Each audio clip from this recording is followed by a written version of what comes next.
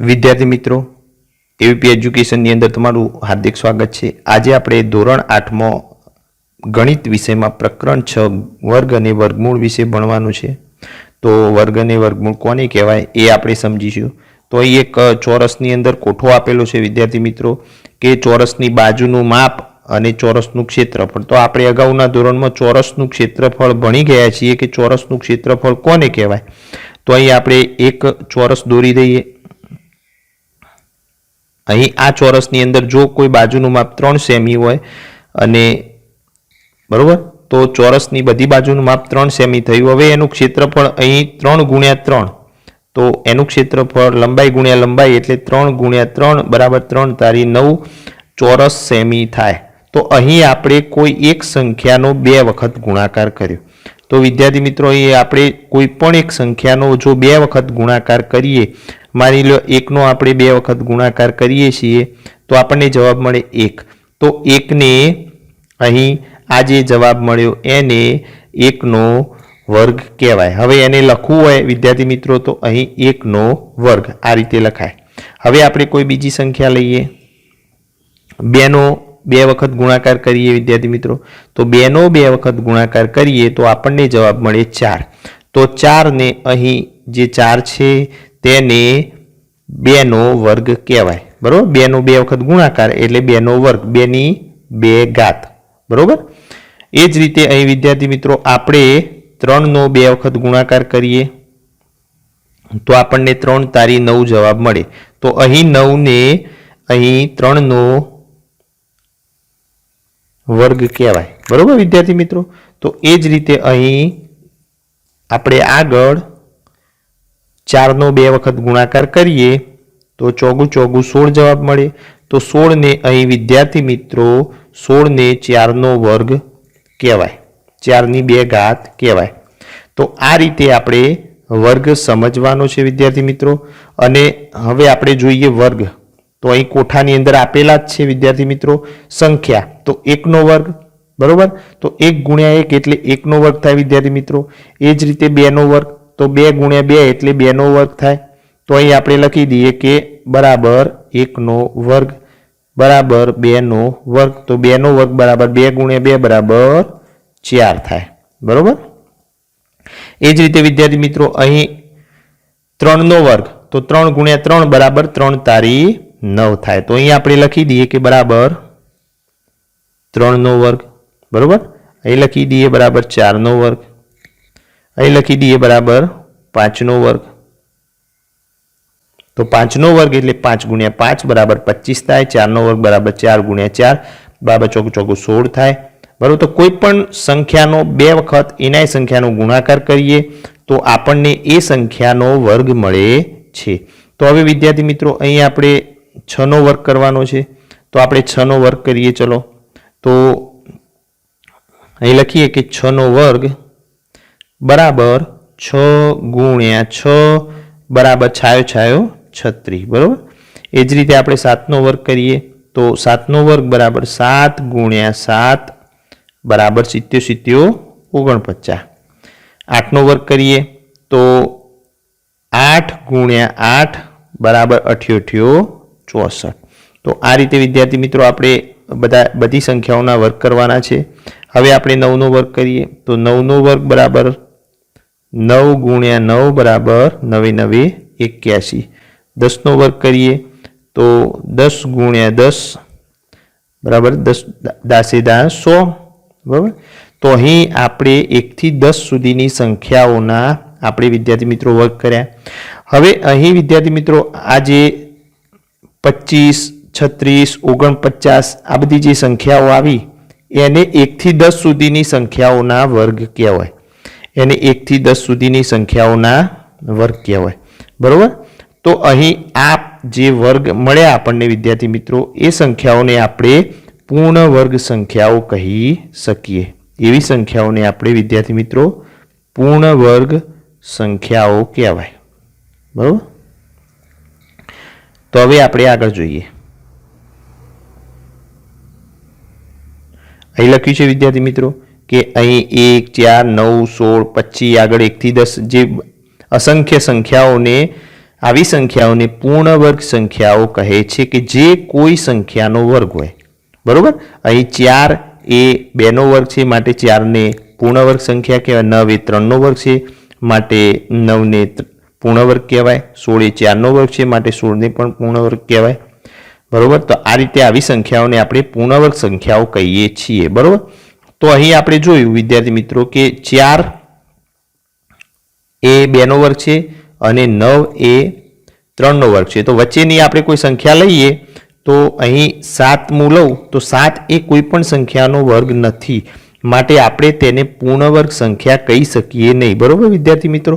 તો આવી 7 પછી 6 પછી 8 બરોબર આ બધી સંખ્યાઓ જે છે એ પૂર્ણ વર્ગ સંખ્યાઓ કહેવાય નહીં. 11 12 બરોબર કે જે કોઈ સંખ્યાનો વર્ગ નથી એને વિદ્યાર્થી મિત્રો પૂર્ણ વર્ગ સંખ્યા કહેવાય નહીં. હવે આપણે જોઈએ સંખ્યાઓના વર્ગ સંખ્યાઓના ગુણધર્મો. તો અહીં વિદ્યાર્થી મિત્રો 1 થી 20 સુધીની સંખ્યાઓના વર્ગ આપેલા છે. બરોબર અહીં આપણે જોવાના છે. તો 1 થી 10 સુધીની સંખ્યાઓના આપણે વર્ગ શીખ્યા. હવે આપણે જોઈએ 11 નો વર્ગ થાય 121. બરોબર 11 ગુણ્યા 11 કરીએ વિદ્યાર્થી મિત્રો એટલે 121 થાય.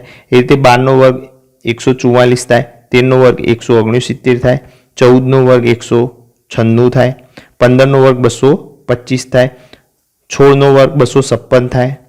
17 નો વર્ગ 289 થાય. 18 નો વર્ગ 324 થાય. 19 નો વર્ગ 361 થાય. 20 નો વર્ગ 400 થાય. તો એ રીતે વિદ્યાર્થી મિત્રો તમારે બધા વર્ગ મોઢે કરવાના છે.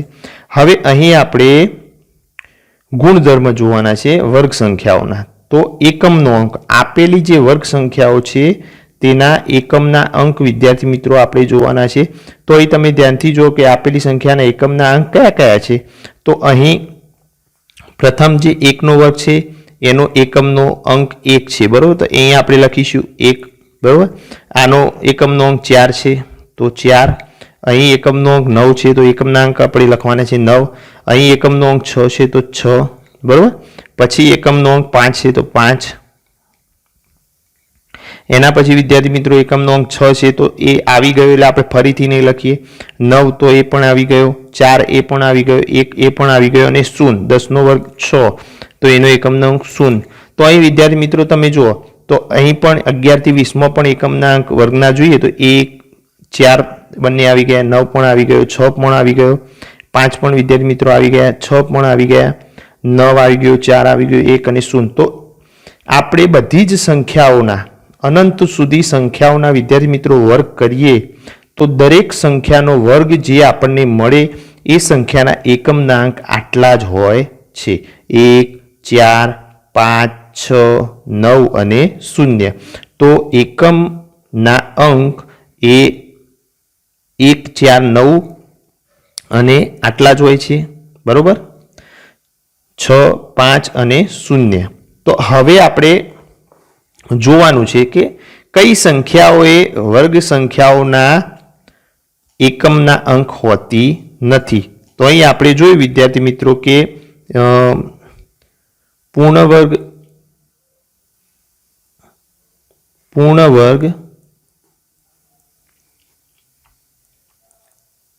સંખ્યાઓના એકમના અંક. બરોબર. તો કઈ સંખ્યાઓ હોય છે એકમના અંક? તો એ 0 પછી 1 પછી 4 5 6 અને 9 વિદ્યાર્થી મિત્રો. તો આટલી સંખ્યાઓ પૂર્ણવર્ગ સંખ્યાઓના એકમના અંક હોય છે. તો હવે કઈ સંખ્યાઓ પૂર્ણવર્ગ સંખ્યાઓના એકમના અંક નથી હોતી? તો એકમના અંક ન હોય એવી તેવી સંખ્યાઓ. બરોબર.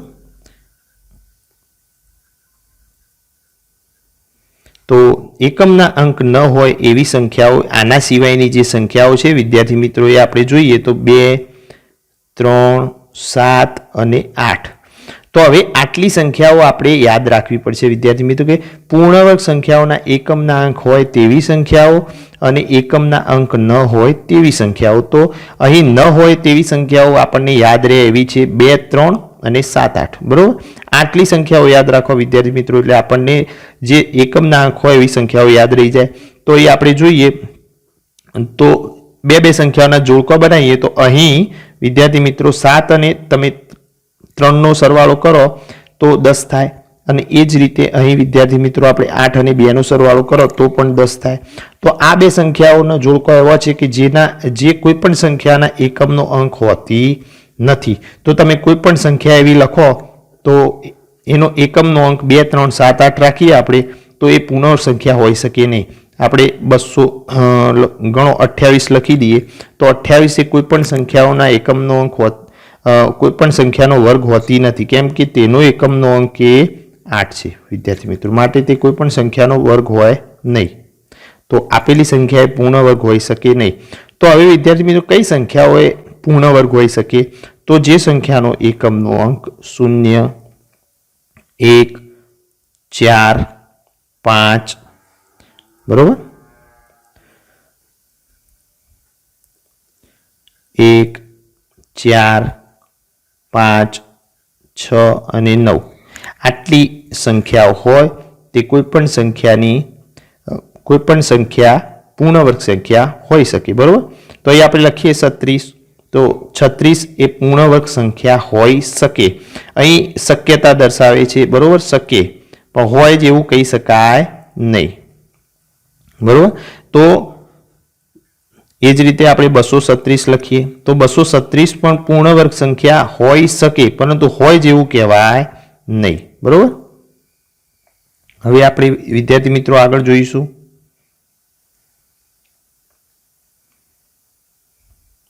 અહીં તમારે પ્રયત્ન કરવાનો છે કે નીચે આપેલી સંખ્યાઓ પૂર્ણવર્ગ સંખ્યાઓ છે, તમને કેવી રીતે ખબર પડી જણાવો. તો આપણે અહીં ભણ્યા એ મુજબ અહીં આપેલી સંખ્યાનો એકમનો અંક વિદ્યાર્થી મિત્રો આપણે જોવાનો છે. અહીં એકમનો અંક 7 છે, માટે એકમનો અંક જો 7 હોય તો એ સંખ્યા પૂર્ણવર્ગ સંખ્યા હોઈ શકે નહીં. અહીં એકમનો અંક 9 છે વિદ્યાર્થી મિત્રો આ સંખ્યાનો, તો એકમનો અંક 9 હોય તો એ સંખ્યા પૂર્ણવર્ગ સંખ્યા હોઈ શકે છે. એ જ રીતે અહીં આપેલી સંખ્યાનો એકમનો અંક 3 છે વિદ્યાર્થી મિત્રો, તો એ પૂર્ણવર્ગ સંખ્યા હોઈ ન શકે. બરોબર, કેમ કે જે સંખ્યાનો એકમનો અંક 3, 2, 3, 7, 8 હોય એ સંખ્યાઓ પૂર્ણવર્ગ સંખ્યા હોઈ શકે નહીં. એ જ રીતે અહીં એકમનો અંક વિદ્યાર્થી મિત્રો 1 છે, માટે એ પૂર્ણવર્ગ હોઈ શકે, આ સંખ્યા પૂર્ણવર્ગ ન હોઈ શકે. આ પણ આપણે જોઈએ મુજબ અહીં આપણે કરી દઈએ ખરું કે આ સંખ્યા પૂર્ણવર્ગ ન હોઈ શકે, આ સંખ્યા પૂર્ણવર્ગ હોઈ શકે. બરોબર, હવે એ જ રીતે અહીં 8, 2, 3, 7, 8 તો 8 હોય એવી સંખ્યા પૂર્ણવર્ગ સંખ્યા હોઈ શકે નહીં. એ આપણે અગાઉ જોયું કે જેનો એકમનો અંક 8 હોય એ પૂર્ણવર્ગ સંખ્યા હોઈ શકે નહીં.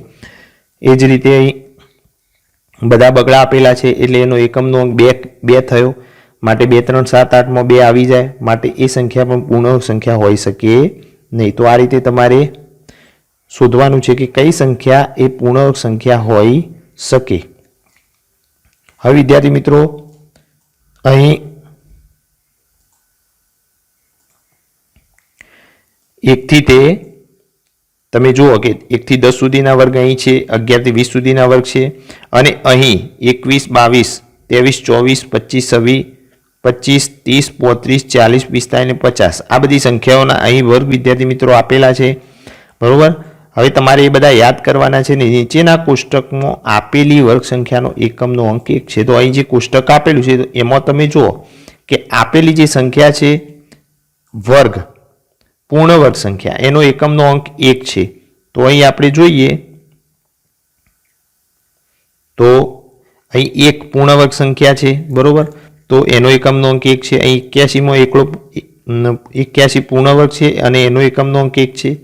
121 11નો વર્ગ છે, એનો એકમનો અંક 1 છે. 361 એ 19નો વર્ગ છે અને એનો એકમનો અંક 1 છે. 21નો વર્ગ 441 થાય અને એનો એકમનો અંક 1 છે. તો આ રીતે અહીં એકમના અંક 1 હોય પૂર્ણ વર્ગ સંખ્યાઓના એવી સંખ્યાઓ આપેલી છે. અને એ જ રીતે અહીં એકમનો અંક 6 હોય એવી સંખ્યાઓ આપેલી છે. તો તમારે ધ્યાન રાખવાનું કઈ કઈ સંખ્યાઓનો વર્ગ કરવાથી એકમનો અંક એ 6 થાય. તો તમે જુઓ કે જેના પાછળ જે સંખ્યાઓ હોય જેના પાછળ 4 અને 6 આવે તો 6 4 10 થાય, બરોબર. તો જેના પાછળ 4 અને 6 આવે એવી સંખ્યાઓના વર્ગ કરવાથી એકમનો અંક 6 આવે છે, બરોબર. તો એ આપણે ધ્યાન રાખવાનું. હવે અહીં પ્રયત્ન કરો તો નીચે આપેલી સંખ્યાનો વર્ગ કરવાથી મળતી સંખ્યાનો એકમનો અંક શું હશે? તો અહીં તમારે જાતે પ્રયત્ન કરવાનો છે કે જે સંખ્યાનો વર્ગ કરીએ આપણે આપેલી તો એકમનો અંક કયો મળે એ તમારે શોધવાનો છે, બરોબર. તો અહીં 4 છે તો એ મુજબ આપણે જોઈએ તો જેને સંખ્યાનો એકમનો અંક 4 હોય તો એનો વર્ગ કરીએ તો આપણને એકમનો અંક આપણે જોયું એ મુજબ 6 મળે, બરોબર. હવે અહીં એકમનો અંક 2 છે તો આ સંખ્યાનો વર્ગ કરીએ તો જે સંખ્યા મળે એકમનો અંક 4 થાય, બરોબર. તો એ રીતે તમારે જાતે પ્રયત્ન કરવાનો છે વિદ્યાર્થી મિત્રો. હવે આપણે જોઈએ કે જે સંખ્યાના શૂન્યવાળી સંખ્યા હોય તો એનો વર્ગ કરીએ તો શું થાય? તો અહીં આપેલું એ મુજબ આપણે અહીં વિદ્યાર્થી મિત્રો 10નો વર્ગ કરીએ તો અહીં 10નો વર્ગ એટલે 10 ગુણ્યા 10, બરોબર. તો 10 ગુણ્યા 10 એટલે 100 થાય. તો એ વિદ્યાર્થી મિત્રો તમે જુઓ કે અહીં એક શૂન્ય હતી તો એનો વર્ગ કરવાથી અહીં 2 શૂન્ય થઈ ગઈ, બરોબર. એ જ રીતે હવે આપણે 100નો વર્ગ કરીએ તો 100નો વર્ગ કરીએ તો 100 ગુણ્યા 100 થાય. તો 100 ગુણ્યા 100 એટલે 10,000 થાય. તો અહીં વિદ્યાર્થી મિત્રો 2 શૂન્ય હતી તો એની ડબલ એટલે કે 4 થઈ ગઈ, બરોબર. તો એ રીતે અહીં આપણે જોઈશું તો કોઈ પણ શૂન્યવાળી સંખ્યાનો વર્ગ કરીએ તો એના જવાબમાં જે સંખ્યા મળે એમાં શૂન્યો ડબલ થઈ જાય છે એટલે કે 2 ગણી થઈ જાય છે. એ જ રીતે અહીં આપણે વિદ્યાર્થી મિત્રો 200નો વર્ગ કરીએ તો અહીં આપણે 200 ગુણ્યા 200 તો 200 ગુણ્યા એટલે 200 એટલે 2 દુ 4 અને આ બીજી 4 શૂન્ય. તો અહીં 2 શૂન્ય હતી તો એની ડબલ શૂન્ય થઈ જાય, બરોબર. તો આ રીતે કોઈ પણ શૂન્યવાળી સંખ્યા હોય એનો વર્ગ કરીએ તો એમાં આવેલી સંખ્યા એટલે કે શૂન્યની સંખ્યા ડબલ થઈ જાય છે. અહીં લખેલું છે કે 100નો વર્ગ કરીએ તો 10,000 થાય, બરોબર. 200નો વર્ગ કરીએ તો 40,000 થાય, બરોબર. 700નો વર્ગ કરીએ તો 4,90,000 થાય છે, બરોબર. તો આ રીતે શૂન્યોની સંખ્યા ડબલ થઈ જાય છે. તો તમારે હવે જાતે પ્રયત્ન કરવાનો છે. અહીં સંખ્યાઓ આપેલી છે અને તમારે જાતે પ્રયત્ન કરવાનો છે કે નીચે આપેલી કઈ સંખ્યાનો વર્ગ કરવાથી તે એકી સંખ્યા કે બેકી સંખ્યા આવશે કેમ એ તમારે કહેવાનું છે. તો હવે વિદ્યાર્થી મિત્રો અહીં તમે એક સંખ્યાનું ઉદાહરણ હું તમને કહું કે 727. તો હવે જેનો એકમનો અંક જે સંખ્યાનો એકમનો અંક 7 હોય એનો આપણે વર્ગ કરીએ તો મળતી સંખ્યાનો એકમનો અંક 9 આવશે, બરોબર. તો હવે જો મળતી સંખ્યાનો એકમનો અંક 9 આવે તો જેનો એકમનો અંક 9 હોય વિદ્યાર્થી મિત્રો એને આપણે એકી સંખ્યા કહી શકીએ છીએ. તો અહીં જે મળશે સંખ્યા એ કેવી હશે? તો વિદ્યાર્થી મિત્રો એકી હશે, બરોબર. તો આ રીતે તમારે જોવાનું છે. અહીં એક સંખ્યા આપેલી હતી કે 158. તો 158નો આપણે વર્ગ કરીએ તો અહીં એકમનો અંક 8 છે. તો એકમનો અંક 8 હોય તો મળતો જે વર્ગ છે એનો જે વર્ગ કરવાથી મળતી સંખ્યા છે, બરોબર. એ મળતી સંખ્યાનો એકમનો અંક 4 થાય, બરોબર. તો અહીં આ સંખ્યા એ બેકી સંખ્યા થશે કેમ કે 4 છે, 4 એ બેકી છે માટે મળતી સંખ્યા એ બેકી સંખ્યા થશે.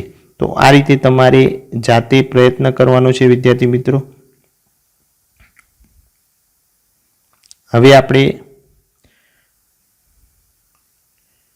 જોઈએ ક્રમિક પ્રાકૃતિક સંખ્યાઓનો સરવાળો, બરોબર. તો અહીં આપણે એ જોયું કે 3નો વર્ગ 9 થાય, બરોબર. 3નો વર્ગ 9 થાય.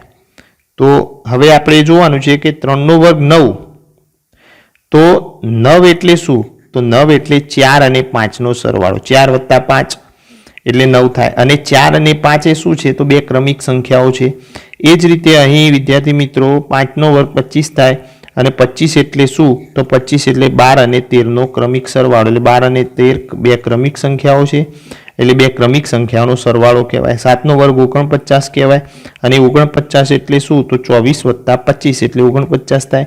અને 24 અને 25 બે ક્રમિક સંખ્યાઓ છે, માટે અહીં વાત આવી કે ક્રમિક પ્રાકૃતિક સંખ્યાઓનો સરવાળો. બરોબર, તો આપણે એ સમજવાનું હતું. તમારે અહીં જાતે કરવાનો પ્રયત્ન કરવાનો છે. બે ક્રમિક પ્રાકૃતિક સંખ્યાઓના સરવાળા તરીકે અહીં રજૂ કરવાનું છે. બરોબર, આપણે 11 નું કરીએ તો અહીં વિદ્યાર્થી મિત્રો 11 નો વર્ગ, તો 11 નો વર્ગ 121 થશે. હવે 121 તો અહીં આપણે જાણીએ છીએ કે 121 એટલે 60 વત્તા 60 એટલે 120, તો 60 વત્તા 61. બરોબર, તો 60 વત્તા 61 કરો તો 121 થાય. અને 60 અને 61 બંને ક્રમિક સંખ્યાઓ છે. બરોબર, ક્રમિક સંખ્યાઓ છે, માટે આ રીતે આપણે બે ક્રમિક સંખ્યાઓમાં એમને રજૂ કરવાની છે. હવે વિદ્યાર્થી મિત્રો, બે ક્રમિક એકી અથવા બેકી સંખ્યાઓનો ગુણાકાર. તમારે અહીં બે ક્રમિક એકી અને બેકી સંખ્યાઓના ગુણાકારના સ્વરૂપે રજૂ કરવાની વાત છે. તો અહીં બે ક્રમિક એકી સંખ્યાઓ અહીં આપેલી છે, તમે જુઓ 11 ગુણ્યા 13. 11 એ એકી સંખ્યા છે, અને પછી 12 નહીં પણ 13, તો એ પણ એકી સંખ્યા છે. તો આ બંને સંખ્યાઓના ગુણાકાર 143 થયો. બરોબર, તો એને કઈ રીતે થાય? તો 143 એટલે તો 144 ઓછા 1 કહેવાય. 144 ઓછા 1 એટલે 143 કહેવાય. અને 144 એટલે 12 નો વર્ગ છે. બરોબર, 144 એ 12 નો વર્ગ છે, માટે 12 નો વર્ગ ઓછા 1 કહેવાય. તો અહીં વિદ્યાર્થી મિત્રો 12 નો વર્ગ ઓછા 1 થશે. હવે 12 નો વર્ગ ઓછા 1, 11 ગુણ્યા 13. બરોબર, તો 12 ઓછા 1 એટલે 11 થાય, અને 12 વત્તા 1 એટલે 13 થાય. તો એ રીતે અહીં 12 ઓછા 1 ગુણ્યા 12 વત્તા 1, તો 11 ગુણ્યા 13 એટલે અહીં 143 જવાબ આવે છે. બરોબર, એ રીતે અહીં 13 ગુણ્યા 15 નું ઉદાહરણ આપેલું છે. તો 13 એટલે 14 ઓછા 1. બરોબર, અહીં 13 એટલે 14 ઓછા 1 કહેવાય. અને એ જ રીતે 15 એટલે 14 વત્તા 1 કહેવાય. તો બે ક્રમિક એકી સંખ્યાઓ અહીં આપેલી છે, અને અહીં 14 ઓછા 1 અને 14 વત્તા 1 એટલે અહીં નિત્યસમ થાય 14 નો વર્ગ ઓછા 1. બરોબર, તો અહીં નિત્યસમ એ અગાઉ આપણે ભણી ગયા છીએ, અથવા એ ભણીશું કે 14 ઓછા 1 અને 14 વત્તા 1 એટલે શું થાય? તો નિત્યસમ મુજબ જોઈએ તો x ઓછા a અને x વત્તા a એટલે x વર્ગ ઓછા a વર્ગ.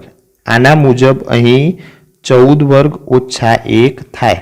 બરોબર, અહીં 1 એટલે 1 નો વર્ગ જ કહેવાય, 1 નો વર્ગ. બરોબર, તો એ રીતે થાય.